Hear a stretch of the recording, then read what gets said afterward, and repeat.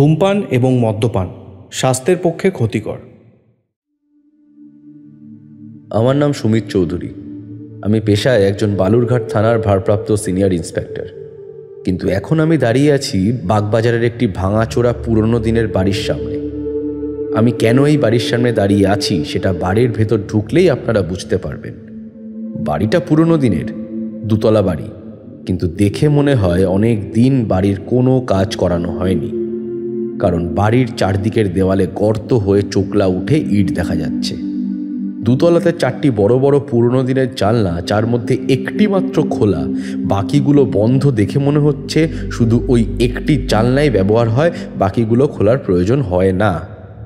বাড়ির ভাঙাচোরা দরজাটার উপর একটা ধুলো পড়া ছোট নেমপ্লেট লাগানো, তার উপর আমার খুব চেনা একটা নাম লেখা, ত্রৈলোক্য রায়।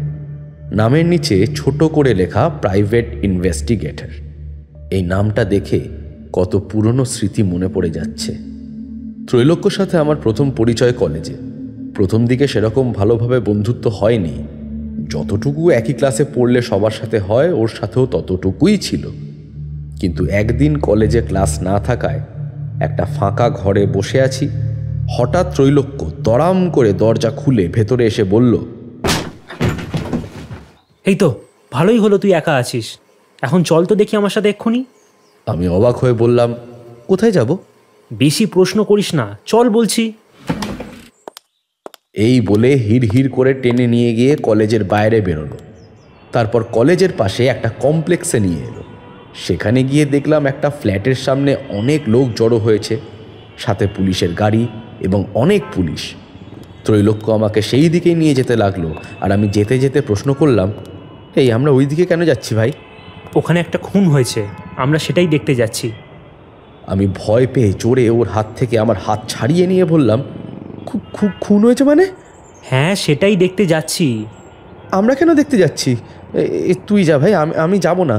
পুলিশের ঝামেলাতে জড়িয়ে পড়লে কি হবে? হ্যাঁ, আমি যাব না ভাই। ত্রৈলোক্য আমার দিকে একটু রাগি রাগি চোখে তাকিয়ে বলল, আসল কথাটা কি বলতো? তুই কি এই খুনের সাথে জড়িত নাকি? কি ব্যাপার, এত ভয় কেন? আমি ভয় ভয়ে বললাম, হে ভাই, এই তুই কি বলছিস? হ্যাঁ, আমি আর খুন? আমি তো আজ কলেজ থেকেই বাইরে যাইনি, খুন করব কি করে? ত্রৈলোক্য আমার কথা শুনে আর হাসি চেপে রাখতে না পেরে হেসে উঠে বলল, এই জন্যই তোকে বলিনি, সব বিষয়ে এত ভয় পাস কেন? আমরা যখন কিছুই করিনি, আমাদের তাহলে শুধু শুধু পুলিশ ধরবে কেন? আর কথা না বাড়িয়ে চল। আমার কাছে আর কোনো উপায় না থাকায় গেলাম ওর সাথে। গিয়ে দেখি অবাক কাণ্ড। একটি বছর 30-এর মহিলাকে স্ট্রেচারে শুইয়ে নিয়ে যাওয়া হচ্ছে।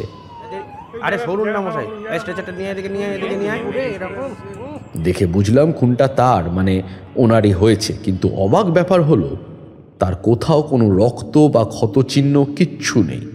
একজন ভদ্রলোক ঘরের দরজার সামনে বিষণ্ণ মুখে বসে আছে। পুলিশ এবং ফরেন্সিকের লোক ঘর তন্ন তন্ন করে খুঁজছে। ত্রৈলোক্য একটি লোককে জিজ্ঞাসা করল, কিভাবে হলো দাদা এইসব ব্যাপার?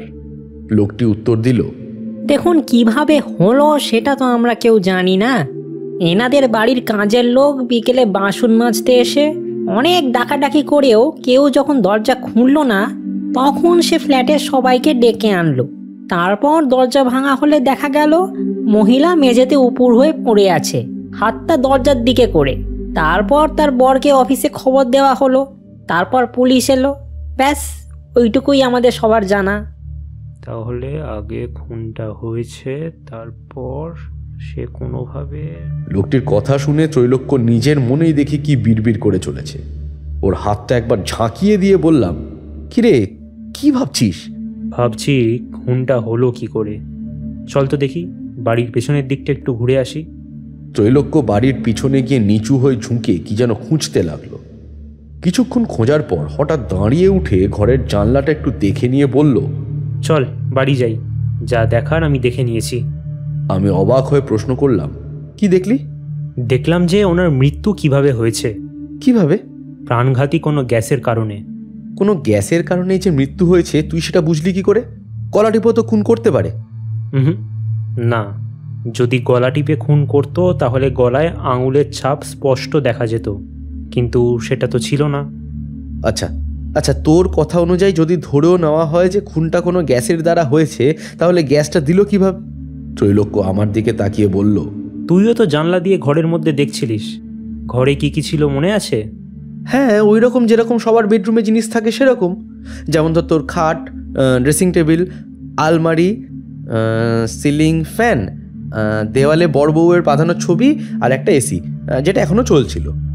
ওকে এই উত্তরটা দেওয়ার সাথে সাথেই আমার মাথাতেও যেন বিদ্যুৎ খেলে গেল, আর আমি লাফিয়ে উঠে বললাম, এসি! বুঝেছি, তার মানে এসি দিয়েই বিপজ্জনক গ্যাসটা ভিতরে পাঠানো হয়েছিল। ত্রৈলোক্য আমার দিকে তাকিয়ে হেসে বলল, এই তো, তোর মাথাতেও চমৎকার বুদ্ধি আছে দেখছি। কিন্তু এই একটা প্রশ্ন, যদি গ্যাসের দ্বারাই এই ঘটনাটা হয়ে থাকে, তবে অন্য লোকেরও ক্ষতি হতে পারত। মানে যারা দরজা ভেঙে ঢুকলো ভেতরে, তাদেরও তো এই ভয়ঙ্কর পরিণাম হতে পারত। এত কিছু দেখলি, এত কিছু বুঝলি, কিন্তু একটা জিনিস দেখলি না, ঘরের পেছনের জানলাটা খোলা ছিল। হ্যাঁ, তো তাতে কি হলো? কোনো ব্যক্তি এসি চালিয়ে ঘরের জানলা ওইভাবে খুলে রাখে? না। দেখ, আমার বিশ্বাস খুনি শুধু ঘরের মধ্যে গ্যাসটা প্রবেশ করিয়ে চলে যায়নি।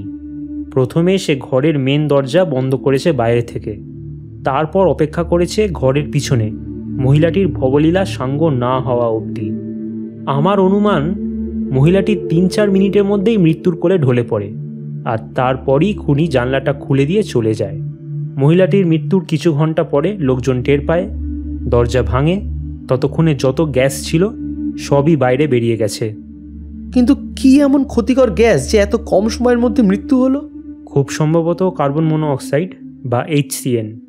এইসব গ্যাস খুনি পেল কোথায়? সেটা জানতে হলে আমায় আরও বেশি পরীক্ষা করতে হবে। বুঝলাম, কিন্তু তোর অনুমান যদি ঠিক হয়, তাহলে তো এইসব কথা আমাদের পুলিশকে জানানো উচিত এক্ষুনি। কোন পুলিশ আমার কথা শোনার জন্য বসে আছে? আমি যদি এইসব গিয়ে বলতে যাই, দেখবি আমাকেই খুনের দায়ে জেলে ঢুকিয়ে দিয়েছে। আমার শুধু দেখার ইচ্ছা ছিল খুনটা কিভাবে হয়েছে, দেখে নিয়েছি, ব্যাস, আমি স্যাটিসফাইড। পরদিন সকালে কাগজে এই খুনের ঘটনার কথা বেরোলো। সেখানে স্পষ্ট লেখা ছিল, ক্ষতিকর গ্যাসীয় পদার্থ ব্যবহার করে খুন করা হলো এক মহিলাকে। সেদিন সত্যি খুব অবাক হয়েছিলাম, কারণ ত্রৈলোক্যর বলা সব কথাই মিলে গেছে। তারপর থেকে মাঝে মাঝে সে তার এরকম কাণ্ড কারখানা দিয়ে সবাইকে অবাক করত। আমার সাথেও ওর বন্ধুত্ব আস্তে আস্তে আরও মজবুত হলো। তারপর 3 বছর ভালোভাবে কলেজে কাটালাম। কলেজ পাশ করে আমি পুলিশ হওয়ার জন্য ব্যস্ত হয়ে পড়লাম। তারপর থেকে ওর সাথে আমার আর যোগাযোগ নেই। তবে আমি শুনেছিলাম ও নাকি প্রাইভেট ইনভেস্টিগেটর হিসেবে ভালোই নাম কামিয়েছে। ওর কথা আমি মাঝে মাঝে কাগজেও পড়েছি বটে, কিন্তু দীর্ঘ 2 বছর ওকে সেরকমভাবে আর কেউই গোয়েন্দাগিরি করতে দেখেনি।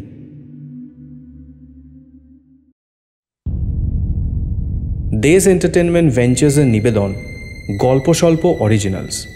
আজ আপনাদের জন্য লেখক সায়ন ঘোষের কাহিনী, ডিটেকটিভ ত্রৈলোক্য রায় সিরিজের প্রথম গল্প বহুরূপীর অভিশাপ। গল্প পাঠে শুভময়, গল্পের সূত্রধর আমি সৌতিক। ইন্সপেক্টর সুমিত চৌধুরীর সামনে এক নতুন কেস। সে কি তার পুরনো বন্ধু ডিটেকটিভ ত্রৈলোক্য রায়ের সাহায্য পাবে? শুনতে থাকুন বহুরূপীর অভিশাপ। অনেক কষ্ট করে কলেজে গিয়ে ওর ঠিকানা জোগাড় করে আজ এসেছি ওর বাড়ির দরজার সামনে। দরজায় 2 বার টোকা মারতেই ভেতর থেকে একটা বয়স্ক লোক দরজা খুলে দিয়ে জিজ্ঞাসা করলো, কে? কাকে চাই? আমি একটু ত্রৈলোক্য রায়ের সঙ্গে দেখা করতে চাই। এই সিঁড়ি দিয়ে ওপরের ঘরে উঠে যান, এই দাদাবাবু ওপরের ঘরেই আছে। সে আমায় আঙুল দিয়ে একটা ভাঙা চোরা পুরনো দিনের কাঠের সিঁড়ির দিকে ইঙ্গিত করলো। আমিও তার ইঙ্গিত মতো সিঁড়ি দিয়ে উপরে উঠে গেলাম।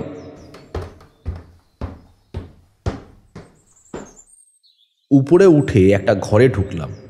সেখানে গিয়ে দেখি ত্রৈলোক্য একটা হেলানো চেয়ারে চোখ বুজিয়ে আছে, তার মুখে একটা আম্পায়ার গোছের টুপি চাপানো। আমি ঘরে পা রাখতেই সে বলল, হাই সুমিত, এতদিন পর আবার আমায় মনে পড়লো। আমি অবাক হয়ে জিজ্ঞাসা করলাম, তুই কি করে বুঝলি যে আমি এসেছি? ত্রৈলোক্য মুখ থেকে টুপিটা সরিয়ে উঠে বসে বলল, তোর সেই বিকট গন্ধওয়ালা পারফিউমটা এখনও ছাড়তে পারিসনি। এই গন্ধ কলেজ লাইফে কত সহ্য করেছি। আয় বস। আমি ওর সামনে রাখা একটা চেয়ারে বসলাম।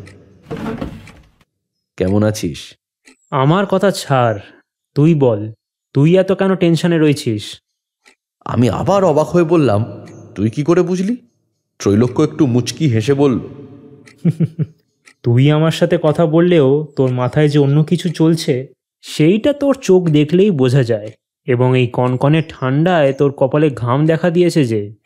এবার আমি আর কিছু চেপে না রাখতে পেরে বললাম, ভাই ভাই তুই আমাকে বাঁচা, আমার বিপদ, খুব বিপদ, চাকরি নিয়ে টানাটানি পড়ে যাবে ভাই। বিপদ মানে? কিরকম বিপদ? আচ্ছা, আমি সব প্রথম থেকে খুলে বলছি, শোন। দুদিন আগে বালুরঘাটের একটা বড় বিজনেসম্যানের বাড়িতে তার চাকর হরিহর খুন হন। স্বাভাবিকভাবেই আমার উপর দায়িত্ব এসে পড়ে খুনের কিনারা করার জন্য।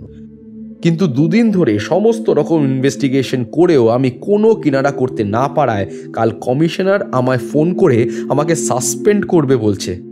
আমি কোনো রকমে হাতে পায়ে ধরে আরও দুদিন সময় হাতে চেয়ে নিয়েছি। তাই যদি আর দুদিনের মধ্যে এই খুনের কিনারা না করতে পারি, আমায় অবশ্যই সাসপেন্ড করবে।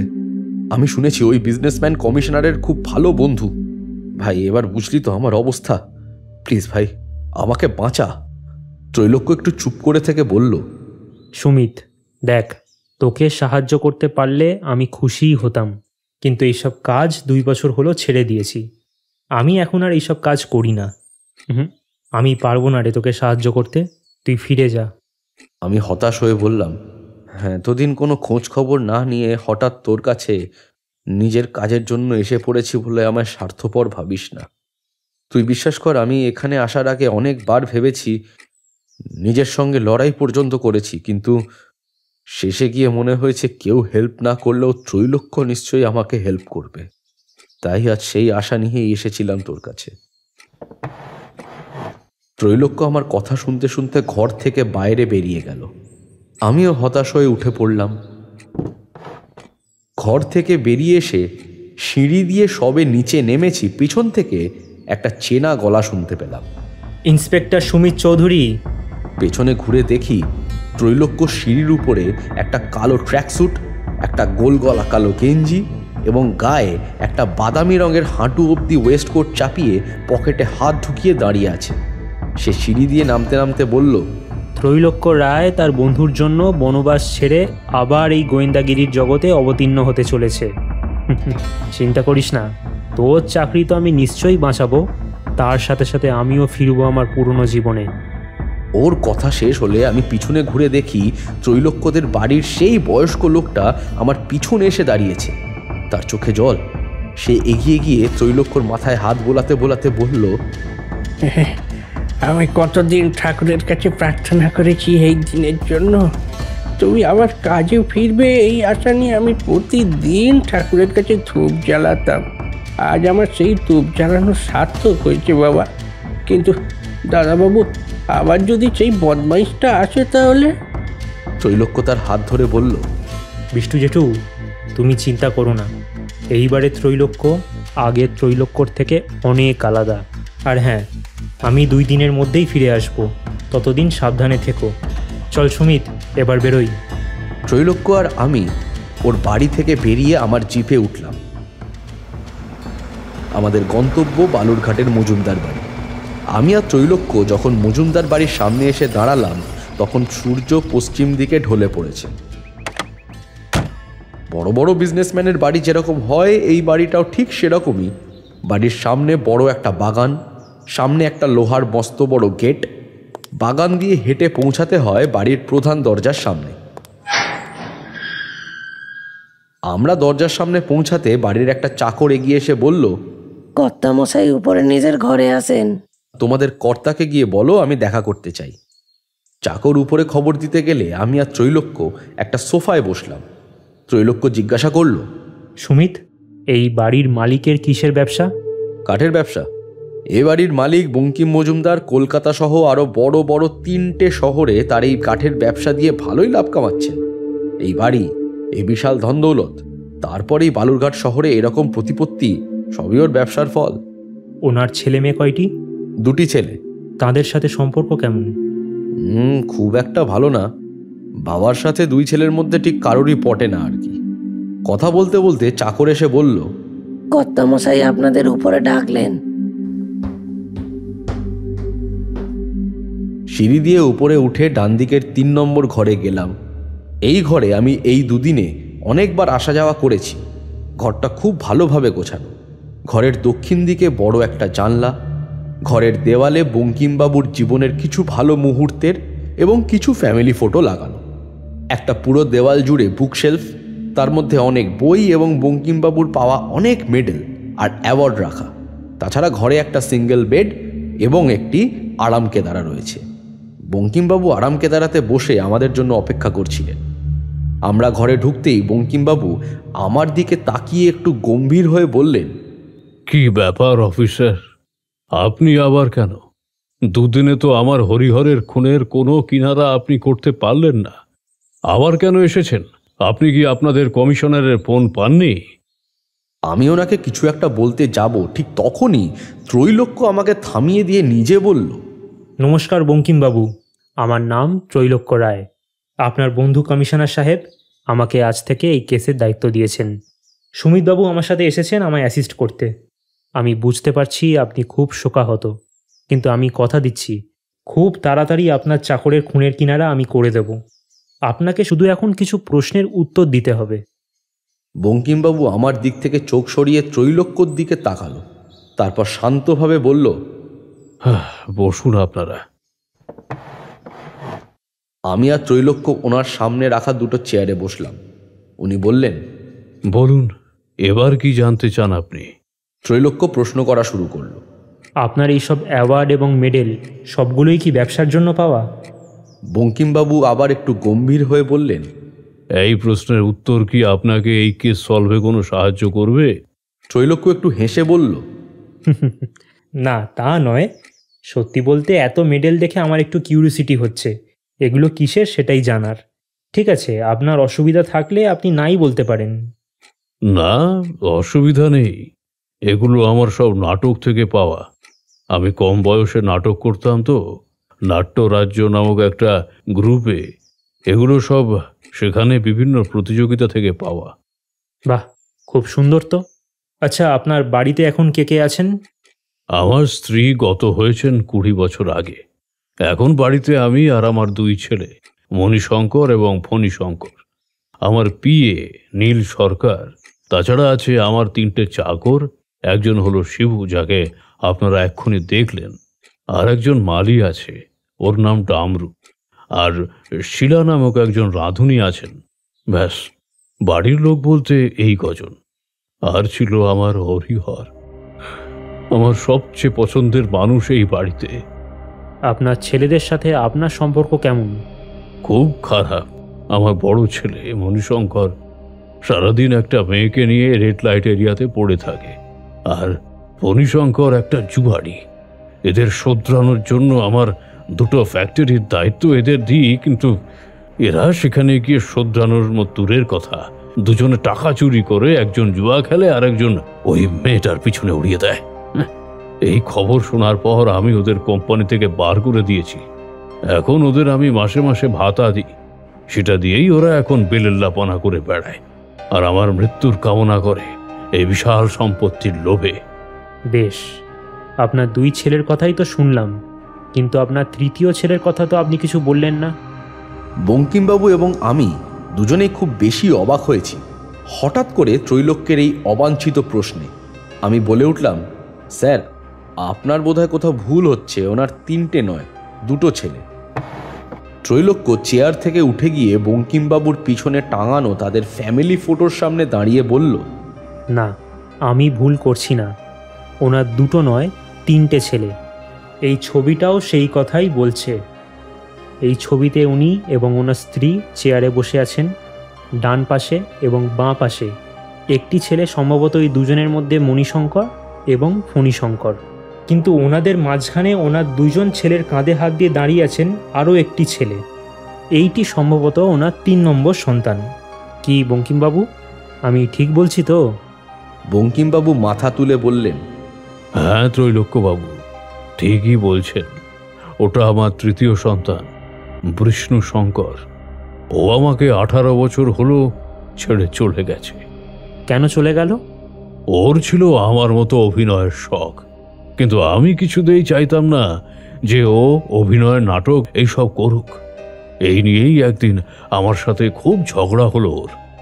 সেই দিন রাতেই সে ঘর ছাড়ল। তারপর থেকে তার আর কোনো খোঁজ আমি পাইনি। আপনি তো নিজেও একজন ভালো অভিনেতা ছিলেন, তাহলে আপনি কেন বাধা দিলেন আপনার ছেলেকে? ত্রৈলোক্যবাবু, ওই জগৎটা খুব খারাপ। ওই জগৎটা মানুষকে লোভী করে দেয়, মানুষের মধ্যে হিংসা ঢুকিয়ে দেয়। ওই জগতে কোনো মানুষ ভালো হয় না। আমি পারিনি ওই জগতে টিকে থাকতে, পালিয়ে এসে ব্যবসা শুরু করি। তাই আমিও চাইতাম না আমার কোনো ছেলে ওই জগতে আবার পা দিক। কিন্তু দেখুন আমার ভাগ্য, আমার সবচেয়ে পছন্দের ছেলেটাই সেই জগতে পা দিল। বুঝলাম। হরিহর কতদিন হলো এখানে কাজ করছে? 7 মাস। মাত্র 7 মাসেই আপনার এত প্রিয় হয়ে ওঠার কারণ কি? এই বাড়িতে ও সবচেয়ে বেশি আমার খেয়াল রাখত। আমার সময় মতো ওষুধ দেওয়া, খাবার চাওয়ার আগেই আমার খাবার দিয়ে যাওয়া, আমার পা টিপে দেওয়া, আরও যে কত আমার কাজ করত তার অন্ত নেই। একটি চাকরের প্রিয় হয়ে উঠতে এর থেকে বেশি আর কোনো কারণ কি লাগে ত্রৈলোক্যবাবু? বেশ, শেষ প্রশ্ন, আপনার কি কাউকে সন্দেহ হয়? উনি মাথা নাড়িয়ে বললেন, না। আচ্ছা বঙ্কিমবাবু, এখন আপনার বাড়িতে সবাই উপস্থিত আছেন? হ্যাঁ, সবাই আছে, শুধু নীল ছাড়া। ওকে আমি আমার কলকাতার গোডাউনে পাঠিয়েছি, কাল সকালেই চলে আসবে। আমি একবার আপনার বাড়ির সবাইকে জেরা করতে চাই। আপনার যা ইচ্ছা আপনি সেটাই করতে পারেন ত্রৈলোক্যবাবু। অনেক ধন্যবাদ আপনাকে। চলো সুমিত, বাকিদের জবানবন্দি নেওয়া যাক। আমরা বেরিয়ে যাওয়ার সময় বঙ্কিমবাবু ত্রৈলোক্যের সামনে এসে দাঁড়িয়ে বললেন, এতদিন মনে হয়েছে এইসব ফালতু পুলিশগুলোকে দিয়ে কিছুই হবে না, কোনো খুনের কিনারা এরা করতে পারবে না। কিন্তু আজ আপনাকে দেখে মনে হচ্ছে পুলিশ ডিপার্টমেন্টে এখনো কিছু যোগ্য লোক আছেন। আমার বিশ্বাস আপনি নিশ্চয়ই পারবেন খুনিকে খুঁজতে। ত্রৈলোক্য মাথা নেড়ে একটু হেসে ঘর থেকে বেরিয়ে গেল। আমিও চললাম তার পেছনে। ত্রৈলোক্য প্রথমে গিয়ে ঢুকলো বঙ্কিমবাবুর ঠিক পাশের ঘরে। ওটা মণিশঙ্করের ঘর। মণিশঙ্কর বিছানায় শুয়েছিল। আমরা ঘরে ঢুকতেই সে উঠে বসে বিরক্তির স্বরে বলল, ওফ, আবার পুলিশ! দুদিন ধরে এত জেরা করেও মন ভরল না। মণিবাবু, আপনাকে শুধু 2টো প্রশ্ন করব, তারপর আর বিরক্ত করব না। না দিয়েও তো উপায় নেই। করুন, আপনি প্রশ্ন করুন। খুনের রাতে আপনি কোথায় ছিলেন? অত রাতে একটা মানুষ যা করে আমিও তাই করছিলাম। নিজের ঘরে ঘুমাচ্ছিলাম নিশ্চয়ই। আপনার কি কাউকে সন্দেহ হয়? আজ্ঞে না। এইসব চাকর ক্লাসের লোকজনরা নিজেদের মধ্যেই হিংসার কারণে খুনোখুনি করে মরে। দেখুন, কোনো চাকরই হয়তো এই কাজ করেছে। অনেক ধন্যবাদ, এখন আসি। ত্রৈলোক্য বাইরে বেরিয়ে জিজ্ঞাসা করল, হরিহরের মৃতদেহটা কোথায় পড়েছিল? এই সিঁড়ি দিয়ে উঠে যে ফাঁকা জায়গাটা, ওখানেই পড়েছিল লাশটা। গলাটা কোনো একটা ধারালো অস্ত্র দিয়ে এপাশ থেকে ওপাশ কাটা। সকালবেলাতে শিলা তার বাবুকে ডাকতে যাওয়ার সময় প্রথম এই ব্যাপারটা শনাক্ত করে। অস্ত্রটা নিশ্চয়ই পাওয়া যায়নি? না। ঠিক আছে, চল চাকরগুলোর সাথে একবার কথা বলে আসি। আমি আর ত্রৈলোক্য সিঁড়ি দিয়ে নেমে রান্নাঘরের দিকে গেলাম। ওখানে গিয়ে শিলা এবং শিবু দুজনকেই একসঙ্গে পাওয়া গেল। ত্রৈলোক্য দুজনের উদ্দেশ্যে প্রশ্ন করল, তোমাদের একজন সঙ্গী খুন হয়েছেন, এই ব্যাপারে তোমরা কি কাউকে সন্দেহ করো?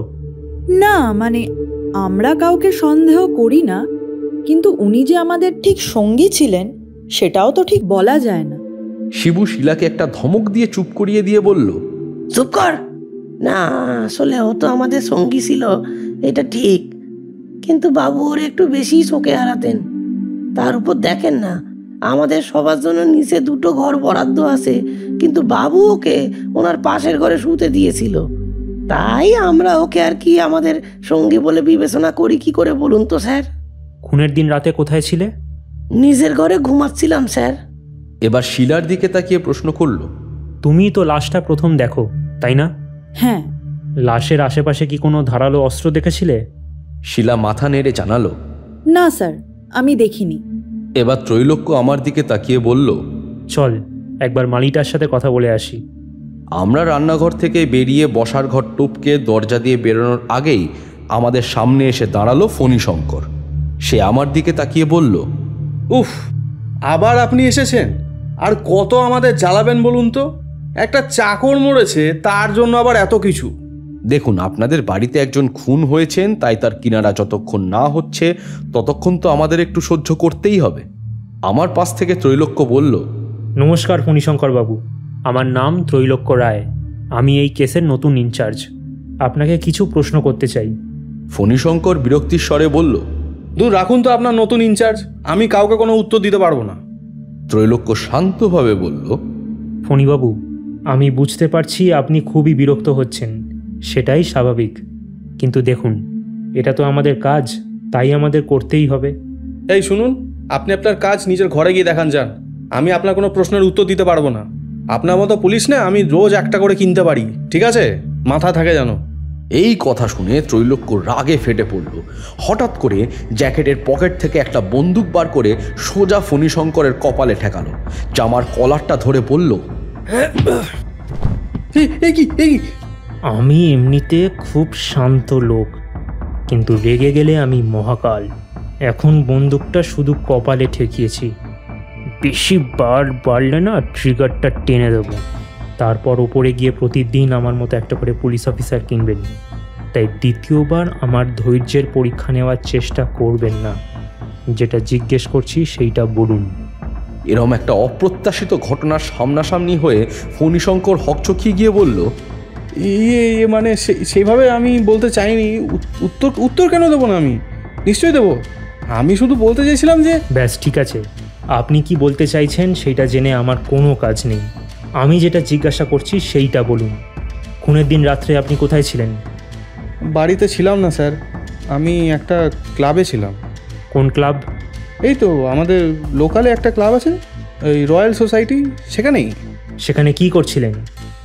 মানে ওই একটু ড্রিঙ্ক করছিলাম আর কি, আর ওই বন্ধুরা মিলে একটু জুয়া খেলছিলাম।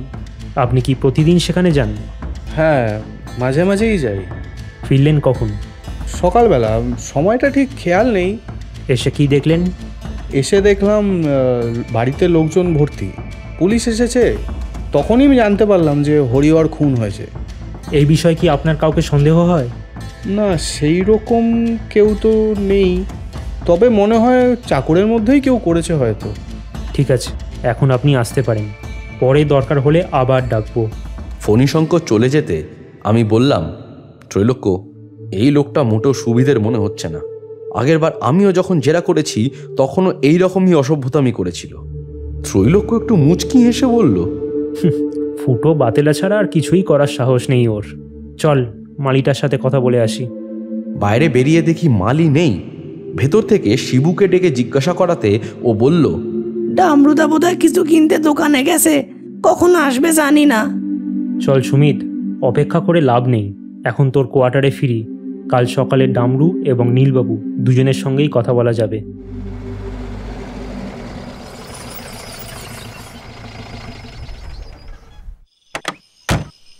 আমাদের বাড়ি ফিরতে ফিরতে প্রায় 10টা বেজে গেল। বাড়ি ফিরে খাওয়া দাওয়া করে আমার ঘরে গিয়ে বসলাম দুজনে। ত্রৈলোক্য, এবার বলতো কি মনে হচ্ছে, কে খুন করতে পারে? ত্রৈলোক্য চোখ বুজিয়ে চেয়ারের উপরে বসেছিল। সেই অবস্থাতেই বলল, খুনটা কে করেছে সেটা থেকেও বড় কথা, একটা চাকরকে মারার মোটিভ কি হতে পারে? হিংসা? খুব স্বাভাবিক। কিন্তু মালিকের যে খুব পছন্দের, তাকে খুন করতে গেলে ঘটি বাটি সব হারাবে। তাই এরা খুন করবে না, খুব বেশি হলে মালিকের চোখে ওকে খারাপ করার চেষ্টা করবে। তাহলে তুই কি সন্দেহ করছিস কোনো বাইরের লোক? হতেই পারে। আচ্ছা, হরিহরের ব্যাকগ্রাউন্ড কি? সেটা কেউ জানে না। বঙ্কিমবাবুকে প্রথম দিন যখন আমি প্রশ্ন করেছিলাম তখন উনি জানিয়েছিলেন 7 মাস আগে উনি মর্নিং ওয়াক করতে গিয়ে দেখেন যে বাড়ির গেটের সামনে একটা লোক বসে আছে। কি চাই জিজ্ঞাসা করাতে সে একটা চাকরি চেয়েছিল। বঙ্কিমবাবু মায়াতে পড়ে তাকে রেখে দিল নিজের কাছে। তারপর কোনোদিন বঙ্কিমবাবু জিজ্ঞাসা করেননি ওর ব্যাকগ্রাউন্ড। বুঝলাম। এখন শুয়ে পড়া যাক, রাত হয়েছে। কাল সকাল সকাল বাকি রহস্যের জট ছাড়ানো যাবে। সুমিত ওঠ, এই সুমিত ওঠ ওঠ। সকালবেলা ঘুম ভাঙল ত্রৈলোক্যর নাড়ায়। ঝাপসা চোখে চেয়ে দেখি ও বাইরে যাওয়ার পোশাক পরে তৈরি হয়ে আমার হাত ধরে নাড়াচ্ছে আর বলছে, উঠে পড়, একটা খারাপ খবর আছে। বঙ্কিমবাবু মারা গেছেন। এক্ষুনি একটা কনস্টেবল এসে খবর দিয়ে গেল। আমি লাফিয়ে বিছানা থেকে উঠে পড়লাম। তাড়াতাড়ি ইউনিফর্ম গায়ে চাপিয়ে বেরিয়ে পড়লাম মজুমদার বাড়ির উদ্দেশ্যে। মজুমদার বাড়ি পৌঁছে সিঁড়ি দিয়ে দৌড়ে উঠলাম বঙ্কিমবাবুর ঘরের দিকে। তাড়াহুড়োতে ঘরের বাইরে রাখা একটা লোহার মূর্তি ত্রৈলোক্যর হাতে লেগে ঝনাৎ শব্দে মাটিতে পড়ে গেল। ঘরের ভেতরে ঢুকে দেখি বঙ্কিমবাবু মাটিতে পড়ে আছেন। চোখ দাঁড়িয়ে গেছে, দেখেই বোঝা যাচ্ছে মৃত্যুর আগে প্রচণ্ড কষ্টে ছটফট করেছেন। বঙ্কিমবাবুর বিছানাতে মাথায় হাত দিয়ে বসে আছেন মণিশঙ্কর। দরজার ধারে বিমর্ষ মুখে দাঁড়িয়ে আছে ফণিশঙ্কর। শিলা ঘরের ভেতর ফুঁপিয়ে ফুঁপিয়ে কাঁদছে। ডামরু ঘরের কোণে চুপ করে দাঁড়িয়ে রয়েছে। ত্রৈলোক্য, তুই কি একবার দেখবি কাছে গিয়ে? কথাটা বলে পিছনে ঘুরে দেখি যার উদ্দেশ্যে কথাটা বললাম সে নেই ঘরে। ঘরের বাইরে বেরিয়ে দেখি যে মূর্তিটা ত্রৈলোক্যের হাতে লেগে মাটিতে পড়ে গিয়েছিল সেটাকেই সে নাড়াচাড়া করছে। মূর্তিটা একটা সোনালি রঙের সৈনিকের মূর্তি, মাথায় টুপি আর হাতে একটা বর্ষা ধরা। এরকম একই মূর্তি এই বাড়ির সব ঘরের দরজার বাইরে একটা করে রাখা আছে। আমি প্রশ্ন করলাম, কিরে, কি দেখছিস? মূর্তিটা খুব সুন্দর, আগেও দেখেছি। এই মূর্তিটাকে আজকে যেন একটু বেশি ভালো লাগলো। যাক গে, চল ভেতরে দেখি কি অবস্থা। মূর্তিটা নিজের জায়গায় রেখে দিয়ে ত্রৈলোক্য ভেতরে ঢুকে গেল। ভেতরে গিয়ে প্রথমে সে বঙ্কিমবাবুর মুখের কাছে ঝুঁকে পড়ে কি যেন দেখল। তারপর টেবিলে রাখা হাফ গ্লাস দুধের দিকে আঙুল দেখিয়ে শিলাকে জিজ্ঞাসা করল, এইটা কি তোমার বাবু রোজ খেতেন? শিলা ভাঙা ভাঙা গলায় উত্তর দিল, হ্যাঁ স্যার, রোজ রাতে যখন হরিহর বেঁচে ছিল তখন ও দিত। এখনও মারা যেতে শিবু দেয়। শিবু কোথায়? ডামরু পাশ থেকে বলে উঠল, ওকে তো আজ সকাল থেকে দেখিনি সাব। ত্রৈলোক্য কথাটা শুনেই আমার দিকে তাকিয়ে বলল, সুমিত, তাড়াতাড়ি লোক পাঠা, শিবু যেন পালাতে না পারে, ওকে ধরতেই হবে। আমিও সঙ্গে সঙ্গে দুটো কনস্টেবলকে আরও লোক নিয়ে পুরো বালুরঘাট এলাকা খুঁজতে পাঠিয়ে দিলাম। এই সুমিত, ফরেন্সিকের লোককে খবর দিয়েছিস? হ্যাঁ, ওরা এই এলো বলে। ওদেরকে বলিস বঙ্কিমবাবুর কিসে কিসে অ্যালার্জি ছিল সেইটা একবার চেক করতে, আর এই দুধের গ্লাসটাও একবার চেক করতে। তুই কি অ্যালার্জির রিয়াকশন সন্দেহ করছিস? কারণ কোথাও কোনো রক্ত নেই, তার মানে ছুরি বা অন্য কিছু দিয়ে খুন হয়নি। গলাতেও দেখছি কোনো দাগ নেই, তার মানে গলা টিপেও ধরা হয়নি। বিষ? সেটা হলে মুখ দিয়ে গেঁজা বেরোতো, সেটাও তো হয়নি। তাই আমার অনুমান অ্যালার্জি। এবার দেখা যাক পোস্টমর্টমের রিপোর্ট কি বলে। ত্রৈলোক্য এবার ডামরুর দিকে তাকিয়ে বলল, ডামরু, তুমি একটু বাইরে আসো তো আমার সাথে।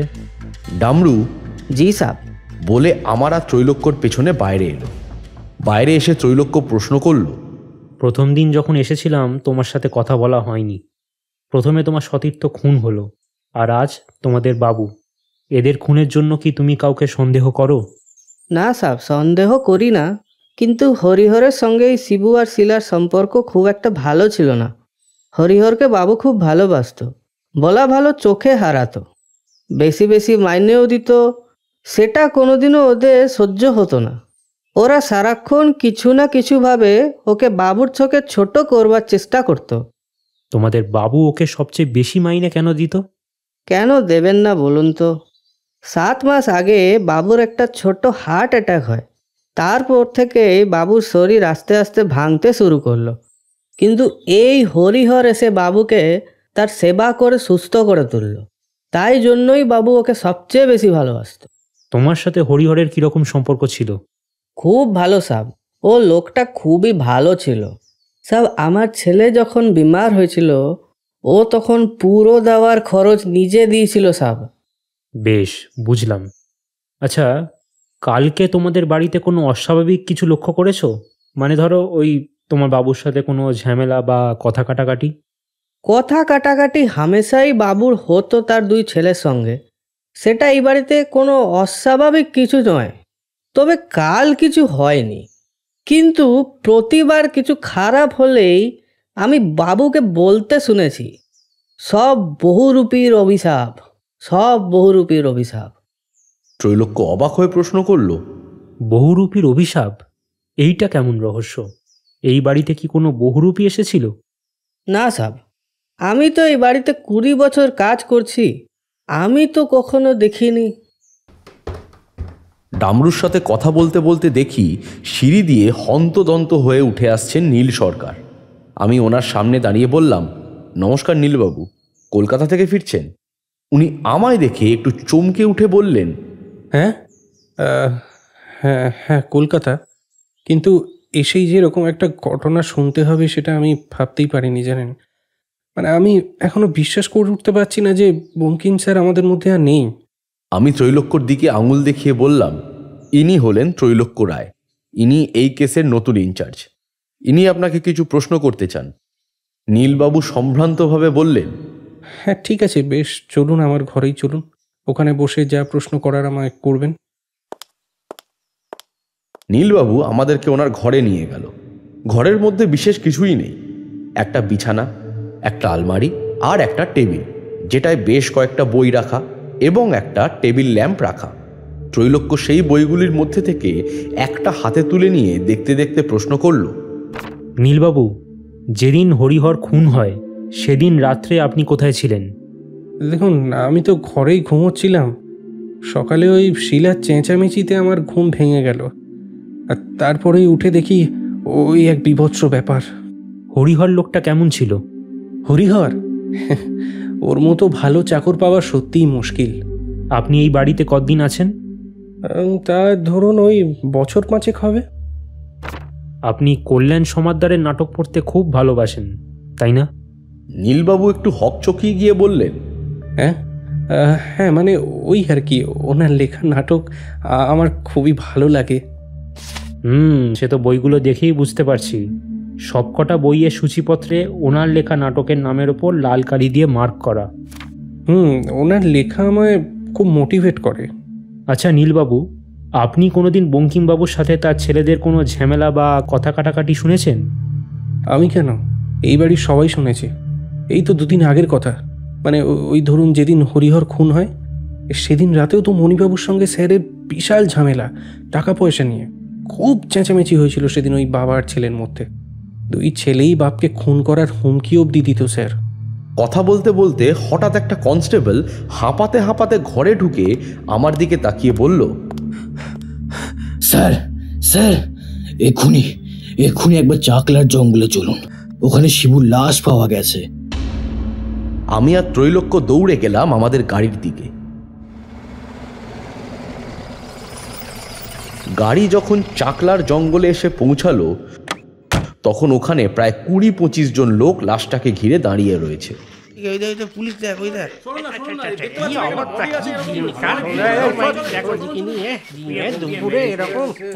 আমি আর ত্রৈলোক্য সবাইকে কাটিয়ে লাশের সামনে পৌঁছালাম। শিবুর দেহটা একটা বট গাছের তলায় শোয়ানো এবং লাশটার পাশে কেউ যেন মাটি খুঁড়ে রেখে গেছে অনেকটা। ত্রৈলোক্য কাছে গিয়ে নিচু হয়ে দেখে বলল, গলা টিপে মেরেছে, গলায় দাগ স্পষ্ট, কিন্তু হাতের ছাপ মনে হয় না পাবি বলে। খুনি হ্যান্ড গ্লাভস পরেই কাজটা করেছে। ত্রৈলোক্য উঠে দাঁড়িয়ে সবার উদ্দেশ্যে চেঁচিয়ে বলল, এই মৃতদেহটা প্রথমে কে দেখে? সবার মধ্যে থেকে একটা 50-এর লোক হাত তুলে বলল, স্যার, আমি স্যার।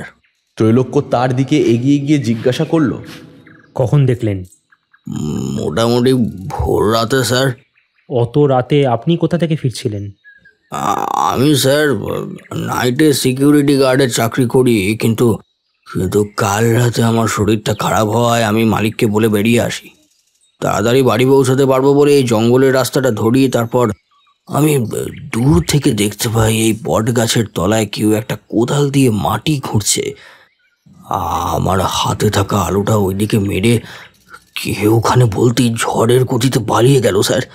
তারপর আমি কাছে এসে দেখি একটা লাশ পড়ে আছে গাছের তলায়।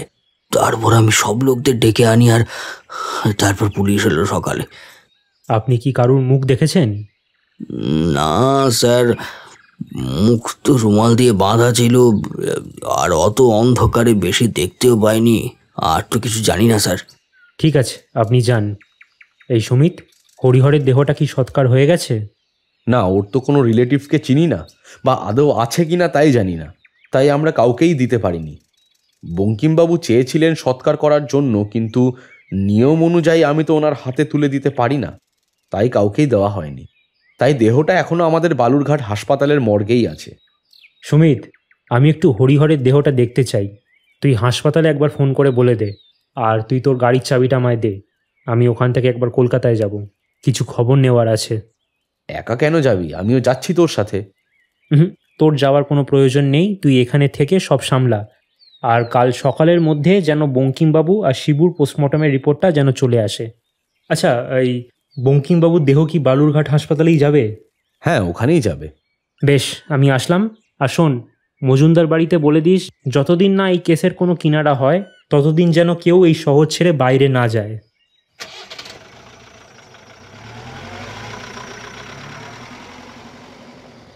ত্রৈলোক্য চলে যেতে আমি একটা কনস্টেবলকে দিয়ে মজুমদার বাড়িতে বলে পাঠালাম কেউ যেন শহরের বাইরে না যায়।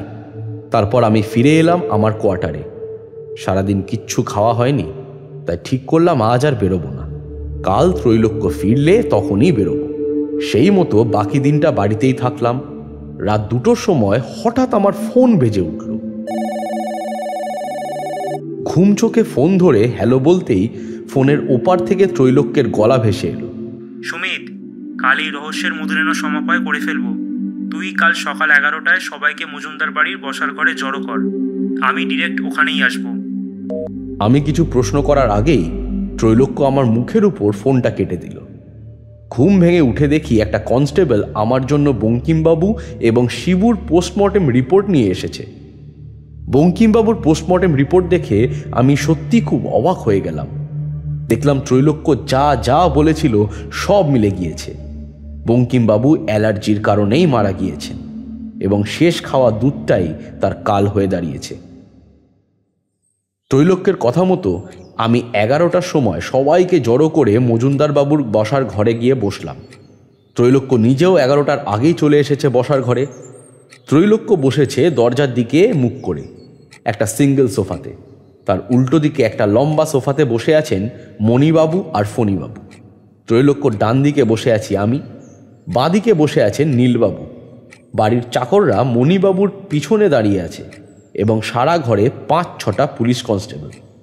ত্রৈলোক্য উঠে দাঁড়িয়ে শুরু করল, আমাদের এই 3টে খুনের কিনারা করতে হলে প্রথমে একটু বঙ্কিমবাবু যৌবনের ইতিহাস জেনে নেওয়া খুব প্রয়োজন। বঙ্কিমবাবু যৌবনে একজন নাট্য ব্যক্তিত্ব ছিলেন, সেটা আমরা সবাই জানি। উনি নাট্যরাজ নামক একটি দলের সাথে যুক্ত ছিলেন। সেই দলটি ভাগ্যবশত এখনও কলকাতায় আছে।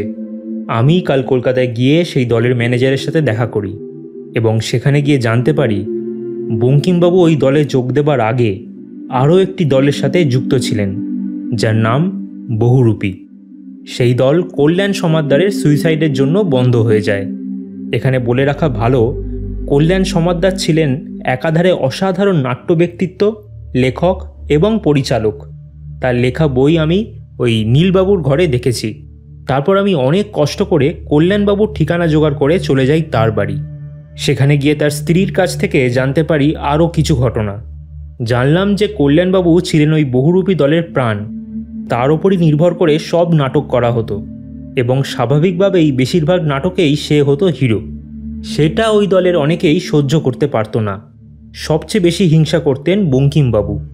বঙ্কিমবাবুর মনে হতে থাকে এই দলে রেখে তাকে অপমান করা হচ্ছে, ভালো কাজ শুধু কল্যাণবাবুকেই দেওয়া হচ্ছে, তাকে নয়।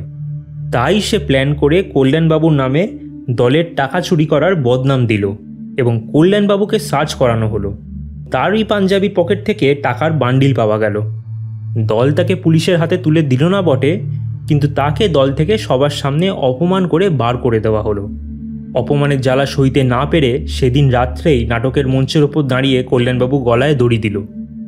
এত বড় একটা ঘটনা বহুরূপী দলের মঞ্চতে ঘটায় দলের সমস্ত সম্মান একেবারে তলানিতে গিয়ে ঠেকল। আস্তে আস্তে দলের সবাই দল ছেড়ে চলে গেল। দলটা বন্ধ হলো। কল্যাণবাবু যে নির্দোষ সেটা তার স্ত্রী বিশ্বাস করলেও তার হাতে কোনো প্রমাণ ছিল না। 5 বছর পর বহুরূপী দলের একজন তার কাছে এসে এইসব সত্যি তাকে বলে যায়, কিন্তু ততদিনে বঙ্কিমবাবু হয়ে গেছেন অনেক বড় বিজনেসম্যান, তাই তাকে ধরিয়ে দেওয়ার মতো ক্ষমতা ওই দুর্ভাগা বিধবা মহিলাটির ছিল না।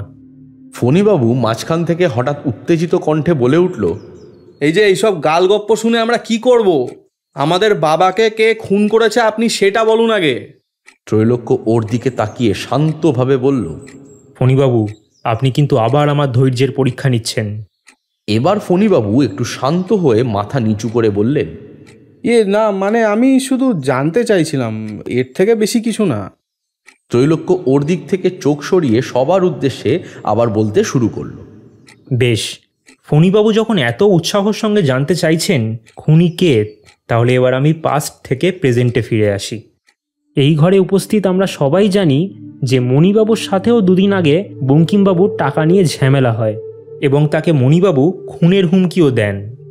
মণিবাবু সোফা থেকে উঠে পড়ে চেঁচিয়ে বললেন, তার মানে কি বলতে চাইছেন? কি আমি আমার বাবাকে খুন করেছি? আমি তো কিছুই বলিনি মণিবাবু, সব তো আপনি নিজেই বলছেন। মণিবাবু আরও রেগে গিয়ে বললেন, খুনের হুমকি তো শুধু আমি নয়, ফোনিও দিয়েছিল বাবাকে। এবার ফণিবাবু সোফা থেকে উঠে বললেন, দাদা তুই আমাকে এইসবের মধ্যে টানছিস কেন বলতো? আমি তো কিছুই করিনি। তার মানে তুই কি বলতে চাইছিস? তুই তুই বলতে চাইছিস আমি খুনটা করেছি? এবার ত্রৈলোক্য ওদের দুজনের সামনে গিয়ে দাঁড়িয়ে বলল, এই জন্যেই প্রথমে বলেছিলাম ফণিবাবু, আমার পুরো কথাটা শুনে নিন। না, আপনারা কেউ খুন করেননি, সেটা আমি খুব ভালো করে জানি, কারণ খুন করেছেন সৌমিক সমাদ্দার। আমি অবাক হয়ে প্রশ্ন করলাম, সে আবার কে? তাকে এখন কোথায় পাবো? ত্রৈলোক্য আমার দিকে তাকিয়ে বলল, তোকে কোনো কষ্ট করতে হবে না সুমিত, সৌমিক সমাদ্দার আমাদের মধ্যেই আছে। ওই যে গালে হাত দিয়ে বসে আছেন, নীলবাবু ওরফে সৌমিক সমাদ্দার, বাবার নাম কল্যাণ সমাদ্দার। নীলবাবু সোফাতে বসেই রাগী রাগী গলায় বললেন, আমি যে কল্যাণবাবুর ছেলে তার প্রমাণ কি?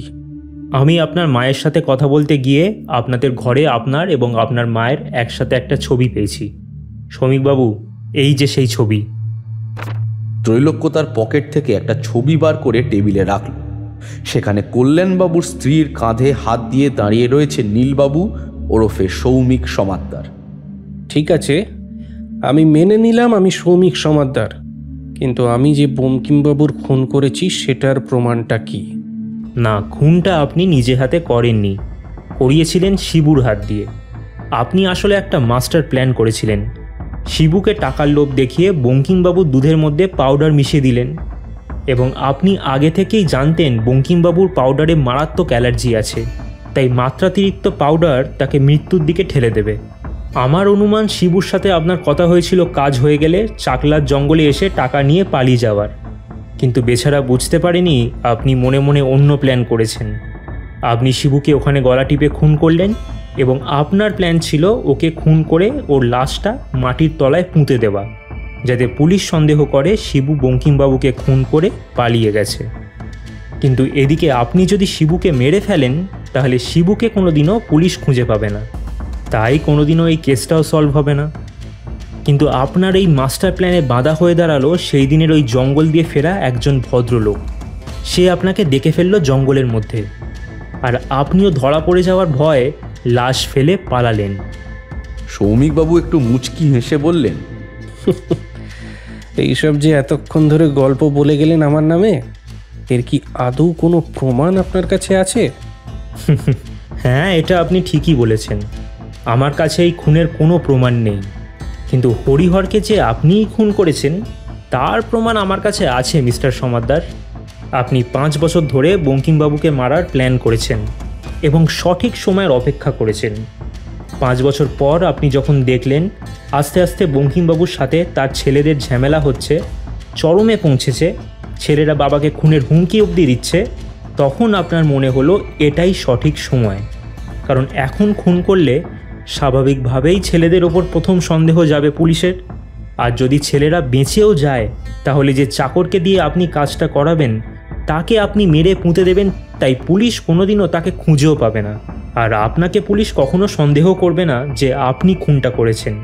তাই প্ল্যানটা ঠিকঠাকভাবে রূপান্তরিত করার জন্য প্রথমে আপনি শিবু নয়, বেঁচেছিলেন হরিহরকে।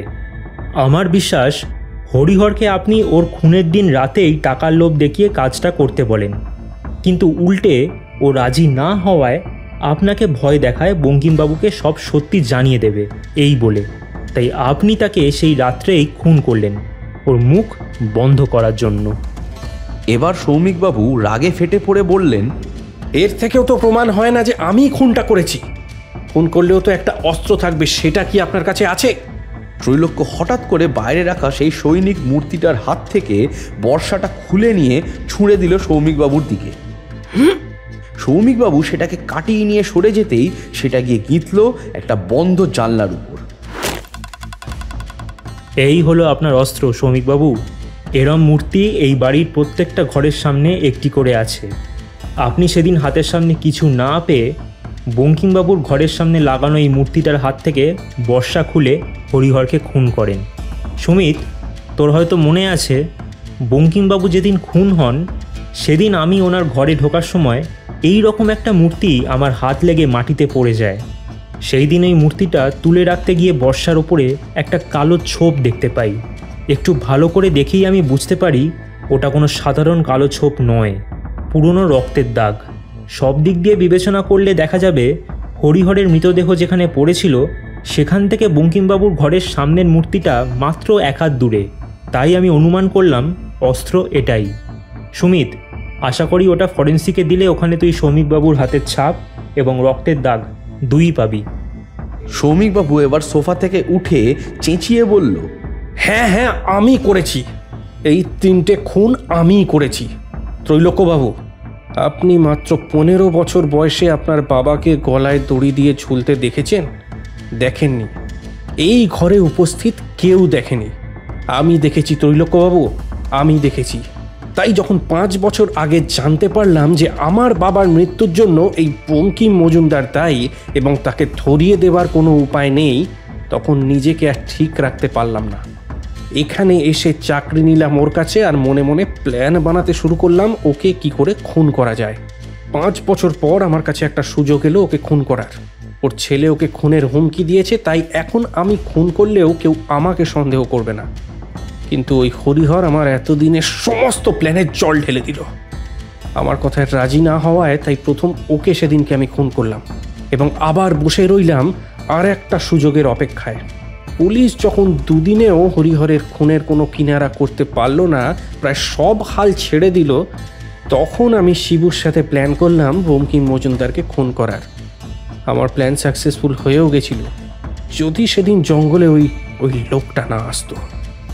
ত্রৈলোক্য এবার সৌমিকবাবুর সামনে গিয়ে দাঁড়িয়ে বলল, আপনি প্ল্যানটা খুব ভালো করেছিলেন, কিন্তু আপনি প্রথমে ভুল করেন হরিহরকে আপনার প্ল্যানটা বলে।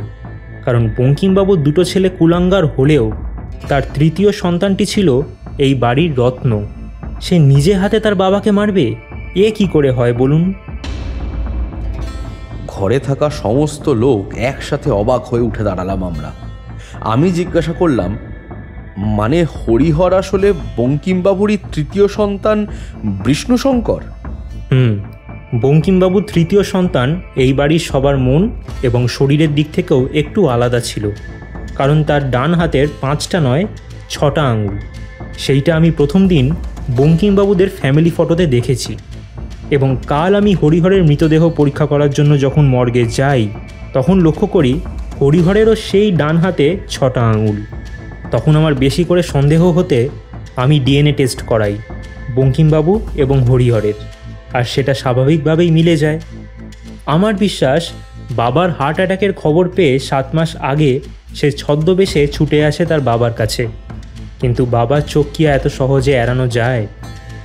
বঙ্কিমবাবু তার ছেলেকে চিনতে পারেন, কিন্তু তাকে সে বলে সে যেন এই বাড়িতে চাকর সেজেই থাকে, কারণ তার দাদারা এমনিতেই ওনাকে খুনের হুমকি দিয়েছে। এবার যদি শোনে তাদের 3য় ভাগিদার ফিরে এসেছে, তাহলে তারা সেই 3য় ভাগিদারকে খুন করবেই।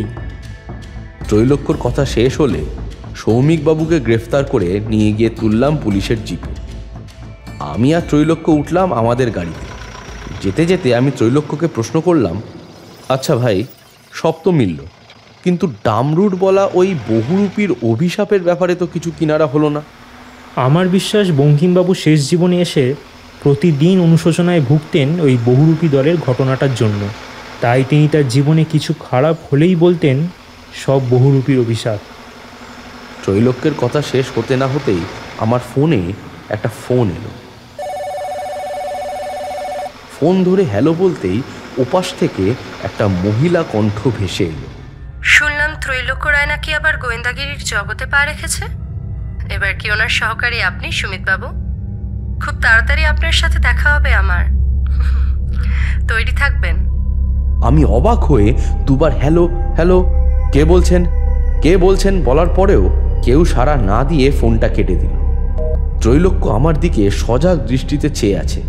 ও নিশ্চয়ই ঠাহর করে নিয়েছে কে ফোন করেছিল। আমি ওকে জিজ্ঞাসা করলাম, কে এই মহিলা? তোকে কেন থ্রেট দিচ্ছে?